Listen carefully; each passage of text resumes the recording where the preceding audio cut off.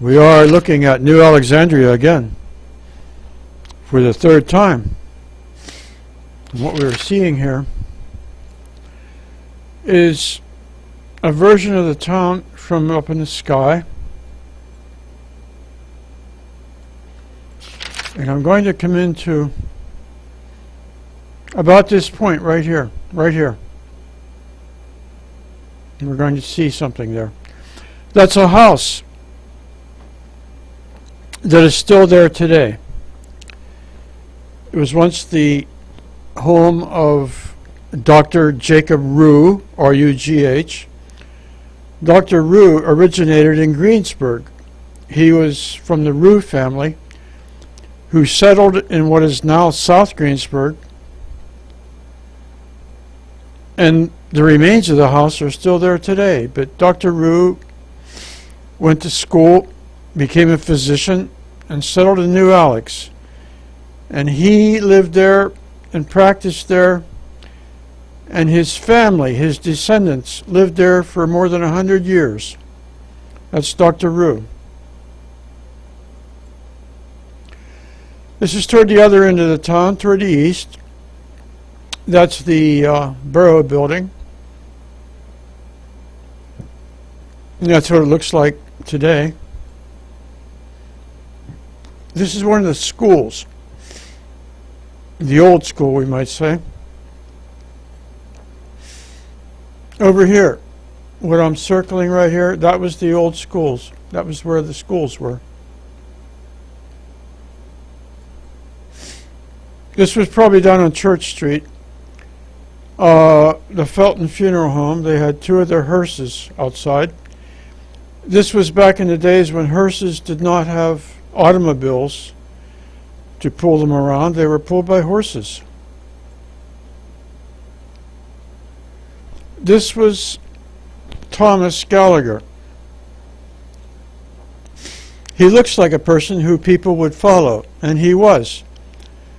He was a person who had that capacity to lead other human beings. He put that ability in the service of his country during the Civil War. He led one of the Pennsylvania regiments in the battle more than once, and was one of the people who was responsible for bringing down and capturing Morgan of Morgan's raiders during the Civil War. After the war, he went back to keeping store, and this is where he kept store. The upstairs of that building was what New Alexandria had as a civil or a civic meeting place. That's where they met for, group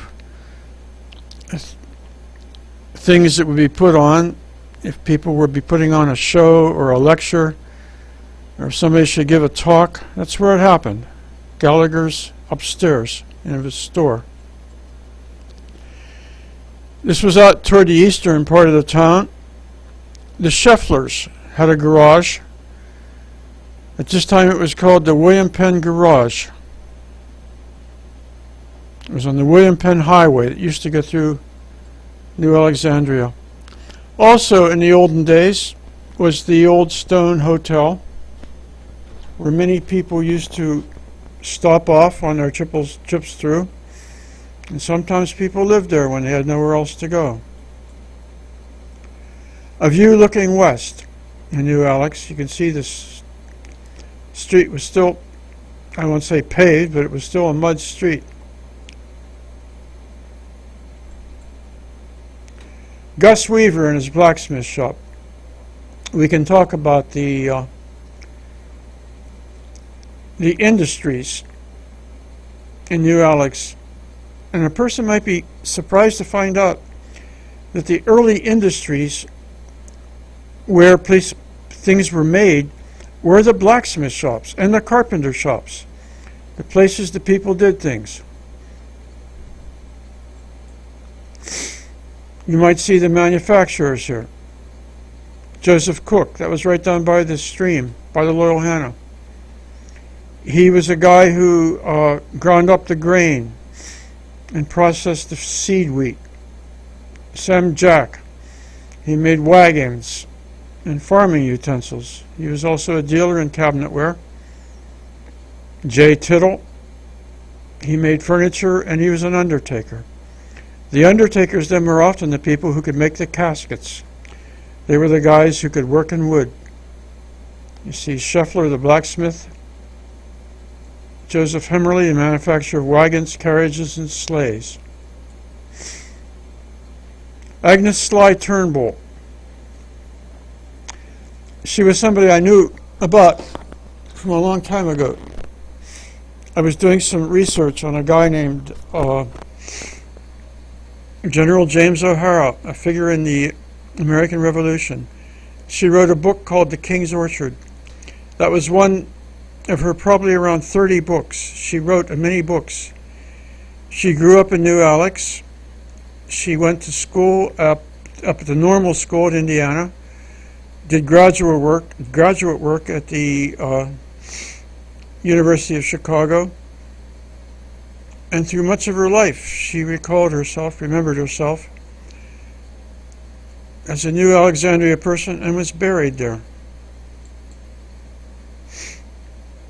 And New Alexandria had an airport, pretty much just off Route 22 east of town. And that recalls to us the fact that we've gone far enough. This is New Alex, and this tells us it was in Derry Township, right across the stream from Salem Township. And that's enough for right now. And we'll say so long. Bye.